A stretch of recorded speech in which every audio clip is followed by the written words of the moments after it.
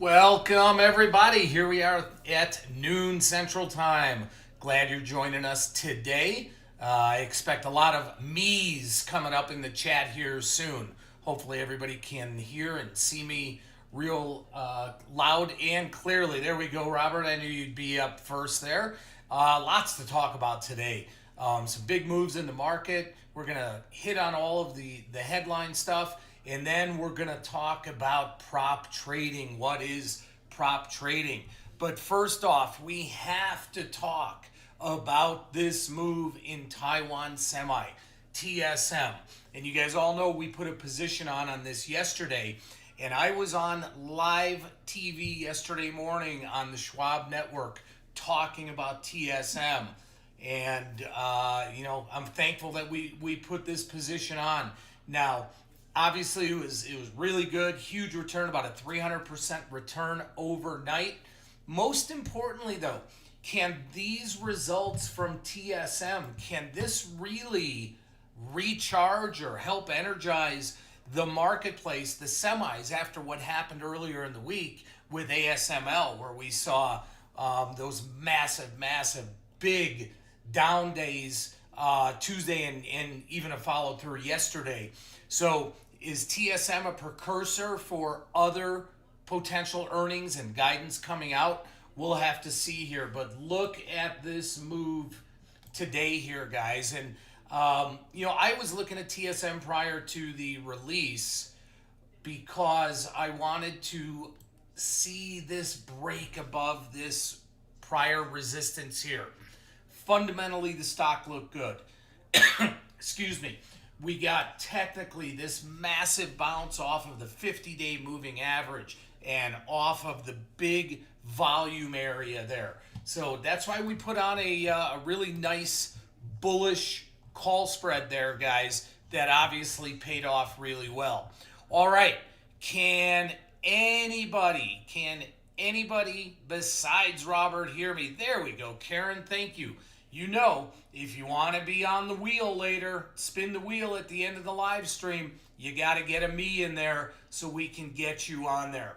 All right, other than what we are seeing here in Taiwan Semi, what's the rest of the market doing? S&Ps, not quite at their high of the day here, but they're up about 23 points or so right now, which, every gain that we see is a new high.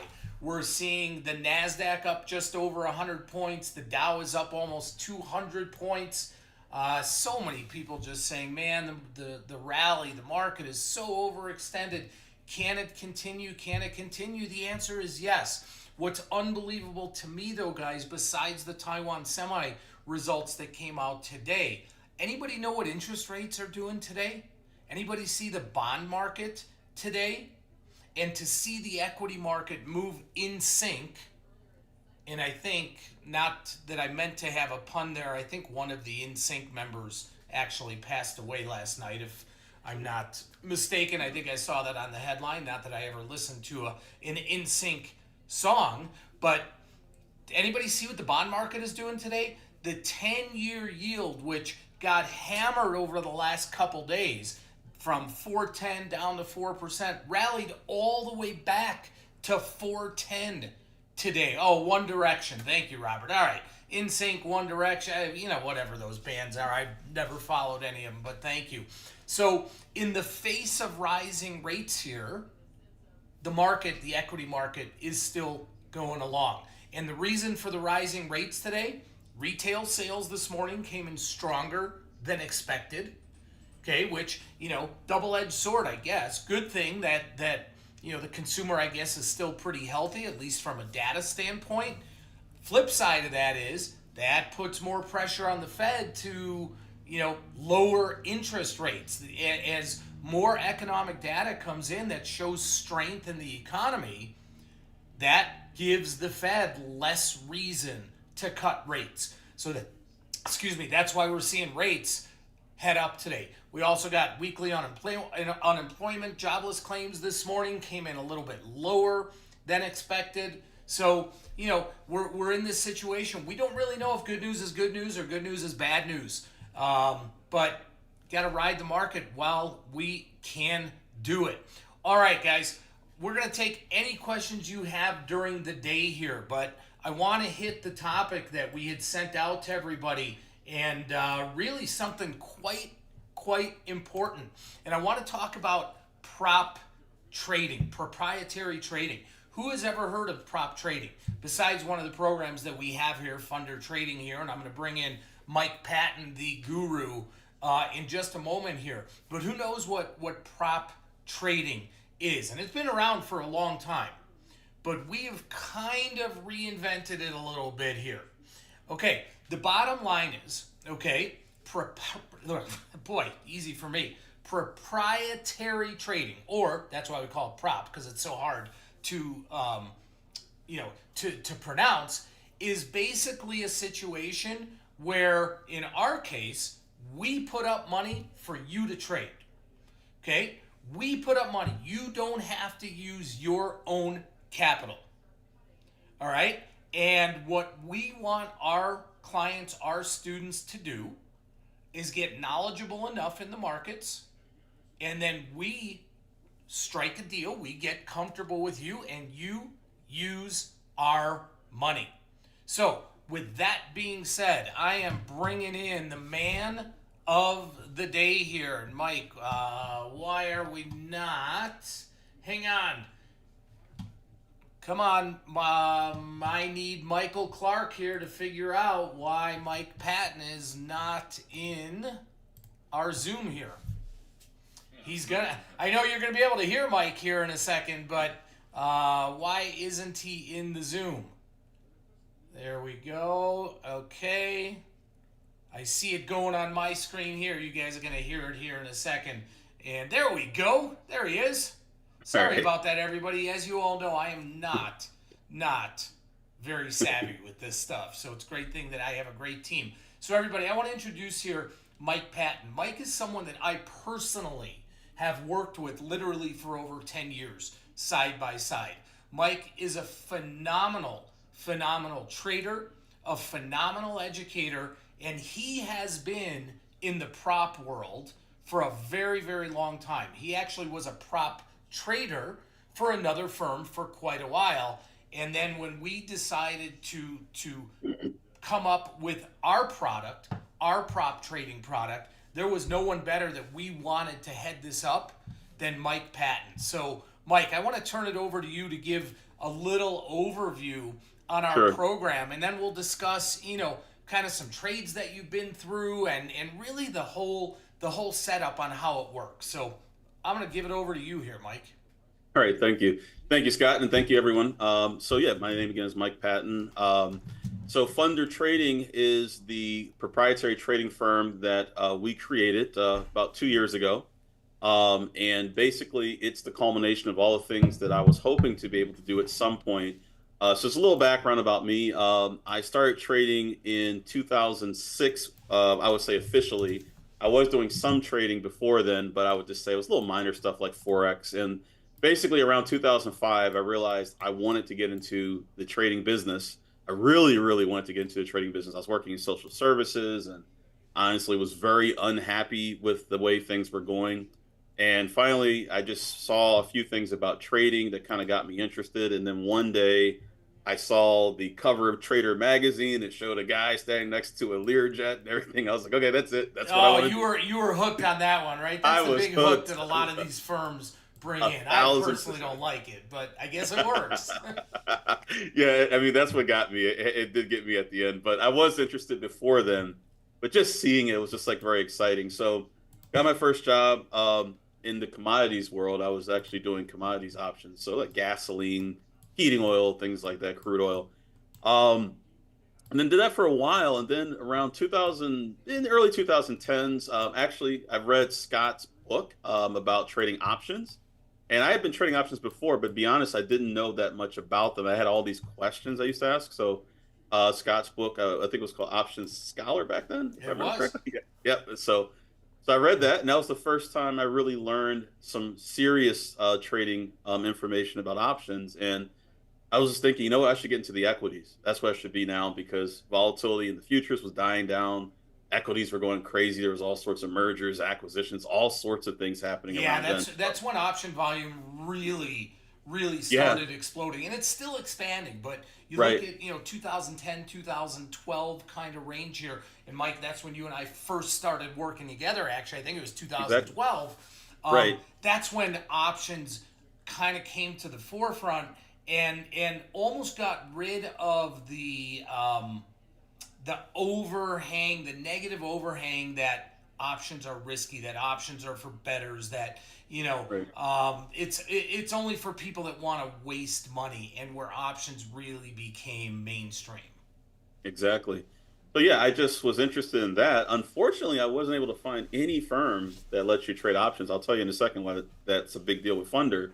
But everybody was doing stocks, and I was like, you know what? I got to get in where I can. So I went into a proprietary trading firm called Great Point Capital. Those of you know who Charlie Moon is. Charlie used to trade there before I did. So me and him have that background too. But in short, started out there, grinded my way up from a very, very small amount of money. They gave us $2,000 in buying power, but I was able to get up to 500,000 and then basically go from there. So as of right now, I don't trade for those firms. I trade almost exclusively for myself and my group. But that's the way it all got started. So with Funder, the idea was very simple. I was looking at the landscape, and the guys at Prosper were, looking at the same thing. We all kind of got together and said, hey, maybe there's something we could all put together. So some of the team that we work with, I won't go with the names, everybody, but the point is, we have a team at Funder. We put together the program. It took a while, but it's been about 2 years now. Not quite 2 years, but it's getting close, maybe like a year and a half. And we've had phenomenal success. We've had a Yeah. lot of people get funded. A lot of people join the program.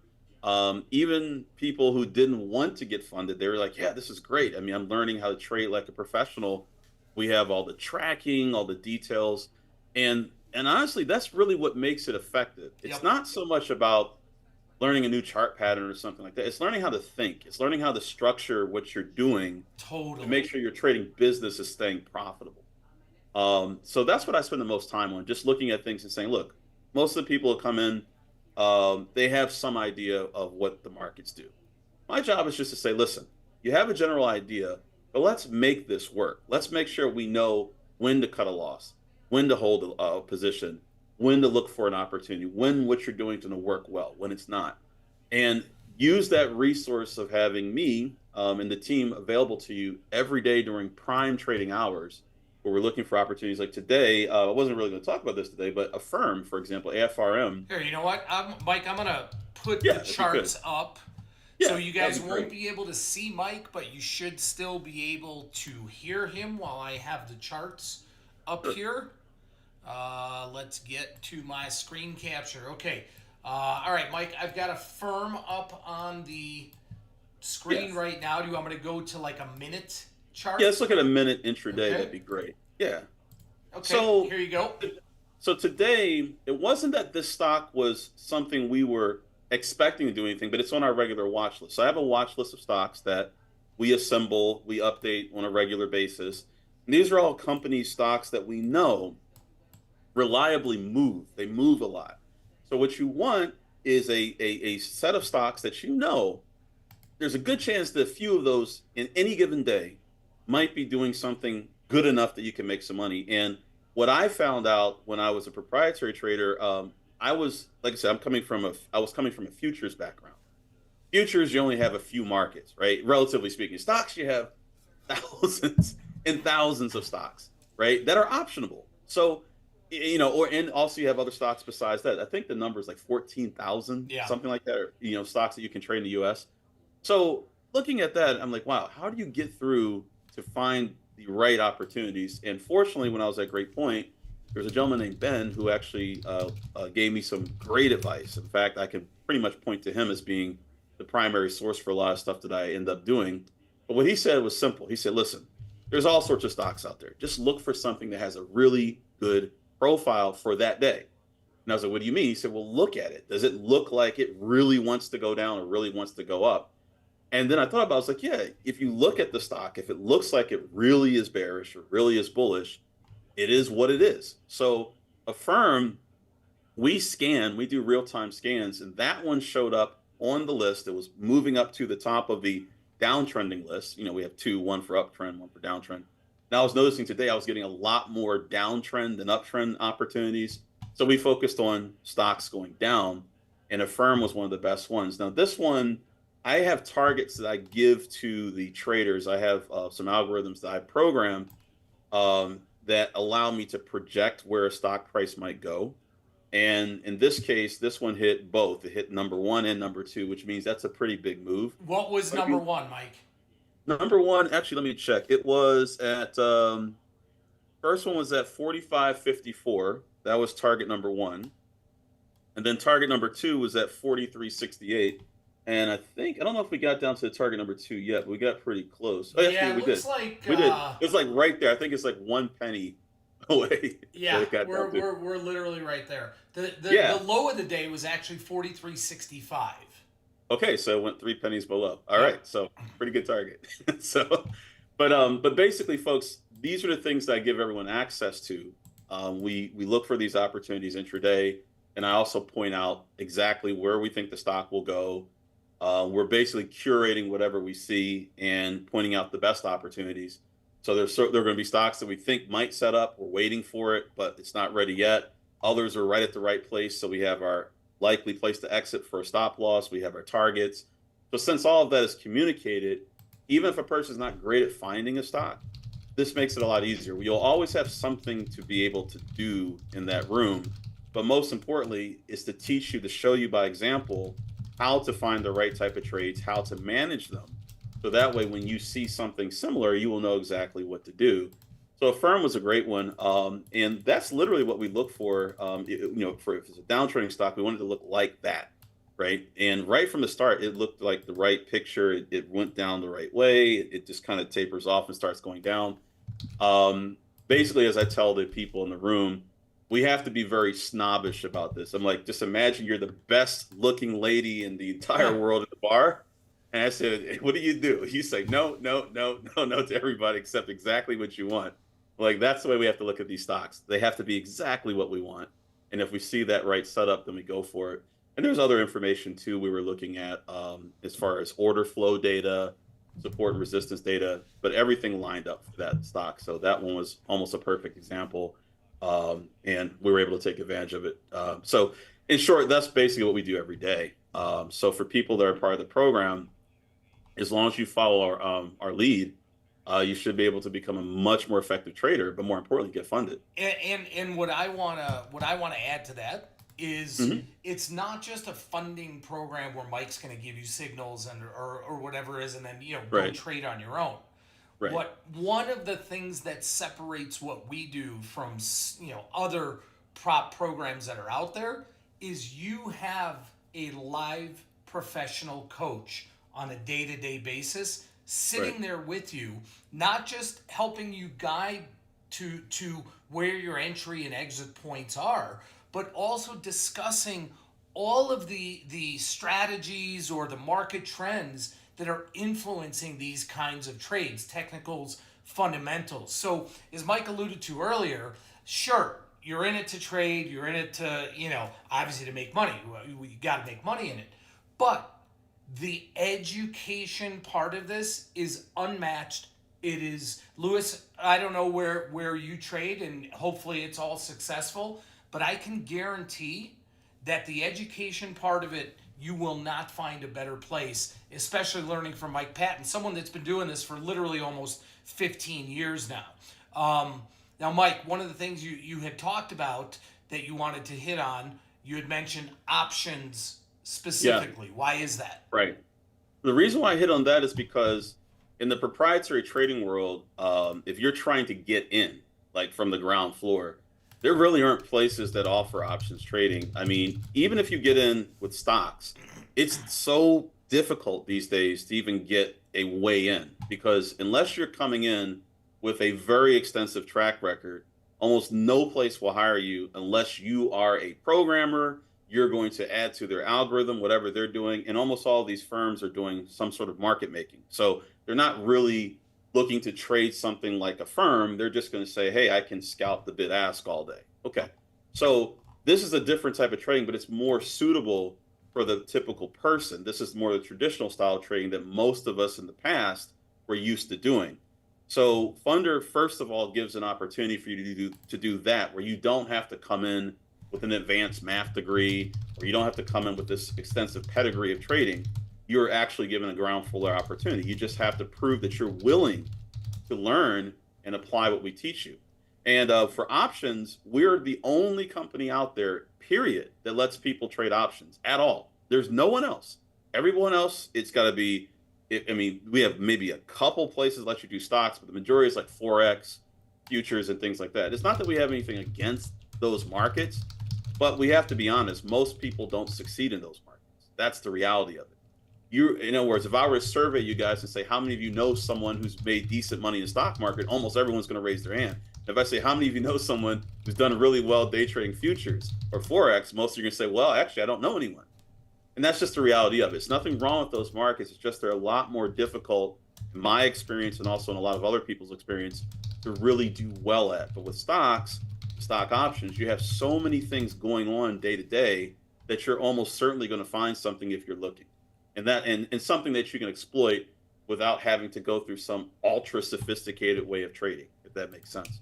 So yeah, options absolutely. And again, you guys can look, you can go to the internet and look up prop programs and whatever it is. You will find that are we the only one or one of the only ones that offer option trading? And when we launched the program, it was just stocks. Now it is stocks and options.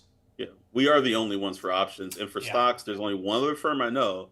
And that firm, I talked to them before Funder ever started. And no, I would not touch these guys. I'm not going to say their name.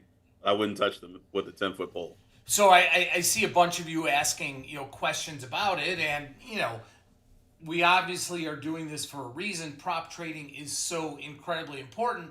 But Mike is doing a live webinar right after the close of the markets today on how to become a prop trader with Funder. And we will fund up to $100,000. In fact, Mike, we have a lot of clients that are. Well, no. We start at $100,000. Right, starting at $100,000. And then we go up from there. We have a lot of clients that have elevated that because they're doing so successfully. Right. So there's a link in the chat there, guys, if you want to find out more about the whole program, what the costs are involved, because yes, as someone put in here, there's nothing that is free, of course, right? And we're as transparent gets. Mike will review all of that, and that is right after the market closed today at 4:30 Eastern, 3:30 Central Time today. Mike, I want to bring up one more chart. Excuse me. Sure. I know there's a couple on your radar for stocks that have really been in the news lately, and I think let's take a look at ASML from what happened, obviously with the news from 2 days ago. So let me pull up that chart, and I'll pull up a 1 minute chart here again. Let's see, 1 day, 1 minute. Okay, and here we go. Got it. Okay. And before I do that, here you can see when the news came out on Tuesday, guys. That was right here, and boy, I don't know. You can look back at as many stocks as you want. I'm not sure you're gonna ever see a 1 minute bar like that. Yeah, it was hard. It was just crazy. So during that time, I remember we're all looking at the markets, and I just noticed all of a sudden the NASDAQ starts to go down very quickly, and every stock starts to go down quickly. I'm like, oh, what's going on? Then finally I see ASML, and I was like, oh, something's wrong with that one, because that, like you said, that downward move was so pronounced. Well, long story short, guys, I'm sure you read about it. Basically, they reported that orders were about half of what they were expected to be by the street, which is a huge deal.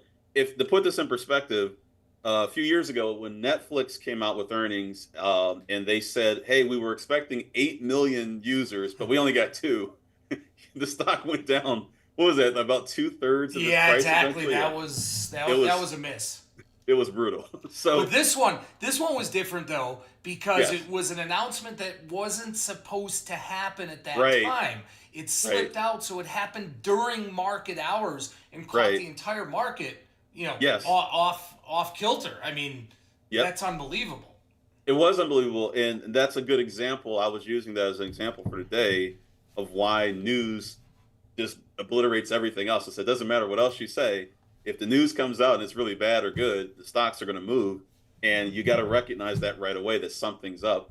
So with this stock, the reason why I'm watching it is because usually when a situation like this happens, sometime down the line, every stock is going to reach a price where no one really wants to sell anymore, and suddenly buyers say, "Yeah, this is a good time to get in." As long as the company is not in a situation where it's like going to go out of business, which this one is not in that situation. It's just a matter of revaluation. Where should the value be now based upon what the current reality is? So just like with Netflix, once that information came out that things were not as good as they thought, stock goes down, but then eventually goes back up as people look at the new data and it says, hey, things are actually going in the direction that we want. So now people start to bid up the price in anticipation of better results later. So with ASML, just like what happened with CrowdStrike, when CrowdStrike CRWD And that collapsed was off of last that, month, or when they had the outage yeah, with Delta Airlines, and right. yeah, When that happened in the middle of summer, what I did was I looked at it and I said, "Is this a company that's easily replaceable to their clients?" And the answer was an obvious no. It's not easily right. replaceable. They really are. They really have carved out their own space there. So therefore, even if they have a problem, it's not like everyone can just say, "Hey, we're going to leave and go to somewhere else." It's not like they can go from FedEx to UPS. It's not Hmm. going to work that way. Bottom line is, CrowdStrike is a necessary company at this point. So the only question was, how far down would the stock be willing to go before someone says, "Hey, all right, I want to buy this now because this is still a good company, and eventually all this stuff is going to play out anyway." So the same thing is going to be true for ASML. I don't know where that price is yet, but I do have some ideas of where it might be. All right, so I've got it up on the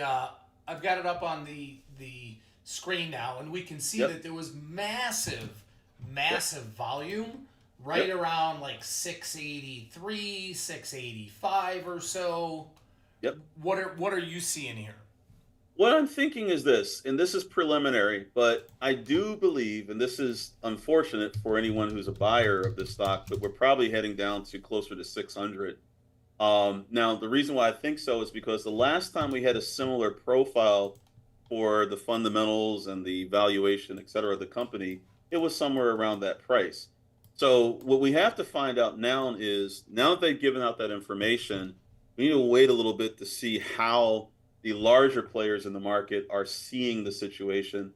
And right now, I do see there recently were a lot of a decent amount of buyers in the stock. I'm just looking at some other information I have, but I don't think yet we're at the point yet where I'm convinced that this is about to turn around. So my guess is that it's going to be another, where are we at now? So I've 701. put up Yeah, a so daily it's, chart now, Mike, yeah, and it's you can probably going see to be another.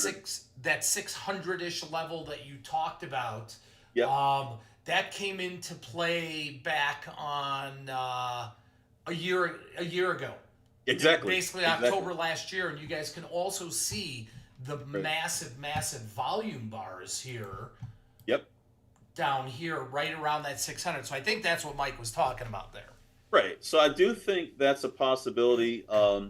As of right now, I would not recommend trying to buy it just to hold it. I mean, if you're day trading, I don't even think you're going to get a good move intraday up. I mean, the two good days were down, obviously, like short selling that stock the first day when it hit, and then the second day it just followed through. Those were the best opportunities. But since then, right now we have kind of a market that I think is trying to figure out what's next. And the same thing did happen to CrowdStrike, where you had different points as it was going down, where you could see the wheels are turning and saying, "I wonder, I wonder, I wonder." No, not yet. Okay, then it goes down some more.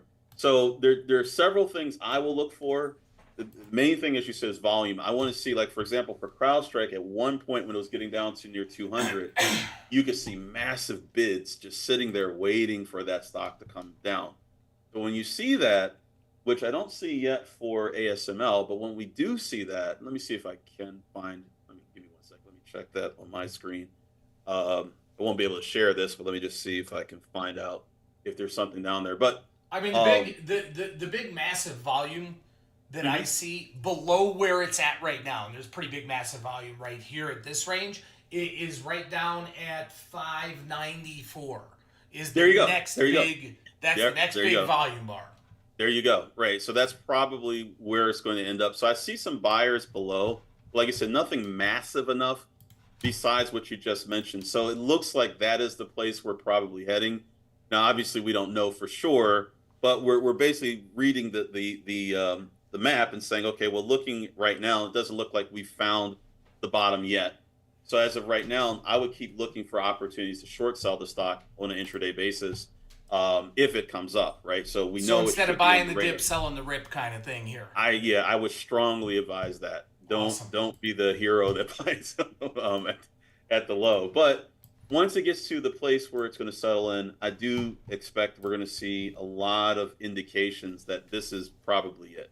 So once that uptrend starts, like what happened with CrowdStrike, you just have day after day after day where it's like, oh, it's trending up again. Oh, it's trending up again today. Oh, it's doing it again today. So I like to look for those because even though day trading is a focus on the intraday and what's happening at that time, if we know a situation is occurring in a stock and we are aware of where these key price levels might be, we can always have a heads up on that, keep it on our watch list. As soon as we see that stock Perfect. start to move, then we can take advantage of it. Awesome. Well, guys, I know we've only had half an hour and we're past that already, and this is awesome. Again, if anybody has any interest in learning a little bit more about our prop program, learning more about Mike, his background, whatever it is, there's a link up there after the close today, 3:30 Central, 4:30 Eastern. We all know what time it is right now. And Mike, I don't know that you've been in here before, but at the end of each of these live streams, we go to the magic wheel spin where all the Oh, attendees today that have entered their name in the chat, they go on the magic wheel and we spin for some prosperous swag. So I usually give oh, a quick drum roll, but Mike, I'm going to give it to you today. You got your desk or something you could pound on to give us a drum roll? all right, here we go. Alrighty. And there goes the wheel, folks. There goes the wheel. Looks like it's more crowded on there than yesterday. Is it going to be Luis or is it going to be Kent? Luis. Luis. Wow. Luis, I think, was the one that is trading with a prop firm right now already. Nice. So that's Nice. good stuff, Luis. As you know, you got to email me at prosperswag at prospertrading.com. There it is. Please shoot me an email with your name, address, and size of the swag that you would like. So, guys, Mike Patton, 4:30 Eastern, 3:30 Central today. No, it's not a, it's not a fly-by-night type of thing. Prop trading is huge. Use someone else's money to trade. Smash that like button, everybody. And then as a double header, later tonight live, I will be doing a presentation at 7 p.m. Central, 8 p.m. Eastern time for option training for beginners. So you got a double header today. Would appreciate you guys being in attendance if you're interested in either one of those. As always, thank you so much for attending. Tomorrow, guys, I'm going to be talking about something that a bunch of people had talked about earlier in the week, and that is, what does hard to borrow mean? So we're going to take a deep dive into that tomorrow. Alrighty, Mike Patton, you are the man. I really appreciate you being here today. Thank you. And everybody, thank you so much. We'll see you tomorrow.